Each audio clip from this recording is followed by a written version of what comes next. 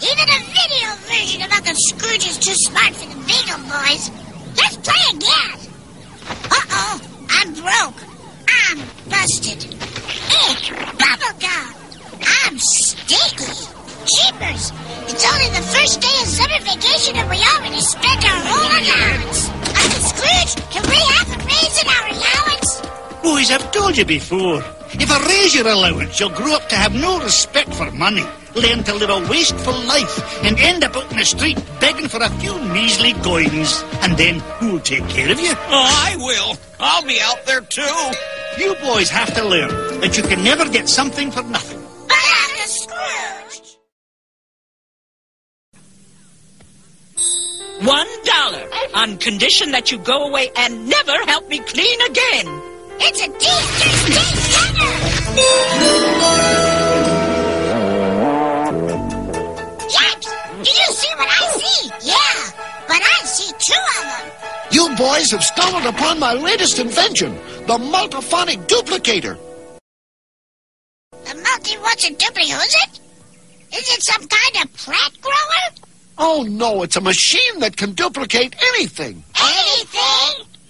Will it work on this? Sure. Watch.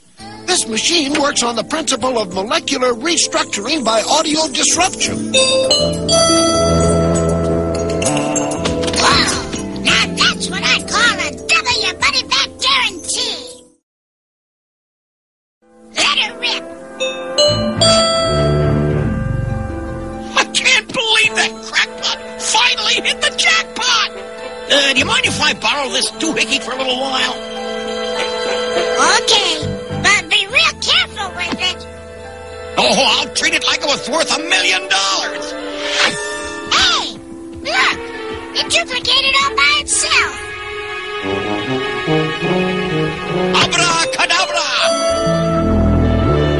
Eat your heart out, ducky. Boggle me money bin. Amazing, huh?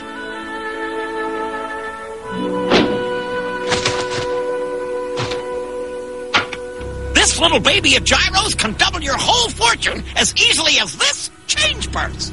That's exactly what I'm afraid of. Say what? Easy money. I didn't trust any dollar I haven't earned. But Mr. McDuck... Interesting phenomenon. It seems the sound waves of any bell causes the duplicates to duplicate. Oh, no. Don't tell me you boys have been spending duplicated money. Sure. What's wrong with that? If it keeps duplicating, it could ruin the economy. How do you figure? Yeah. What's wrong with having lots of money? You do. Don't you see? If everyone has it, it loses value. Prices will go up, then everyone will have to have more and more money. It'll be chaos. Don't worry, Mr. McDuck. I'm sure there's still time to collect all the funny money before it really spreads. But don't quote me on that. Extra, cash, avalanche, berries, duckburg. Prices going haywire. Read all about it. Only $200 an issue. Extra. Wipe your shoes, kids. I don't want you bringing more money in the house again. That'll be $5,000. $10,000, please. Exact change only. Two cavities. That'll be $40,000 per filling. Well, at least some prices haven't gone up.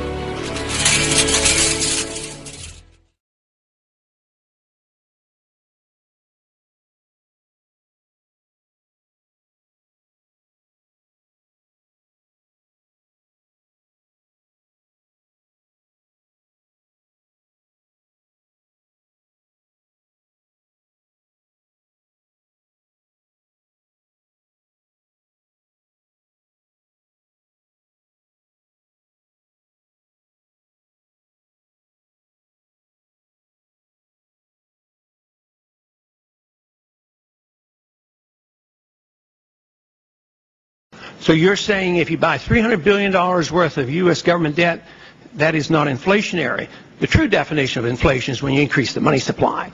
And the immediate consequence is it sends out false, bad information to the marketplace. So whether it's when the bubble is being formed or afterwards, all you're doing is inflating constantly. You've doubled the money supply. Interest rates are artificial. People make mistakes. So it seems to me that you're in the midst of massive inflation, but I guess you have a different definition. When you double the money supply, that's not inflation itself? Or are you looking at only prices? May I respond? Briefly. Inflation is the change in the price of the consumer price level, which is that's very stable right now. And there are various measures of money, as you know, and the broad measures of money, the measures of money in circulation, like M1 and M2, are not growing quickly.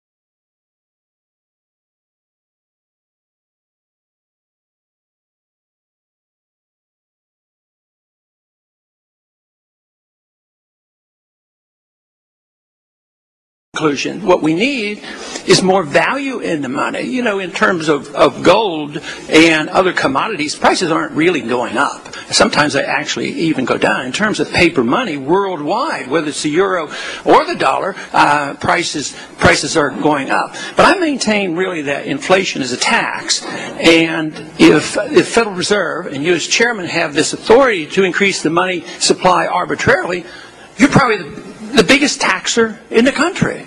You're a bigger taxer than the Congress. Because, you know, they're talking now about a bailout package of $300 billion, and we'll have to raise the national debt to accommodate, to take care of the housing crisis.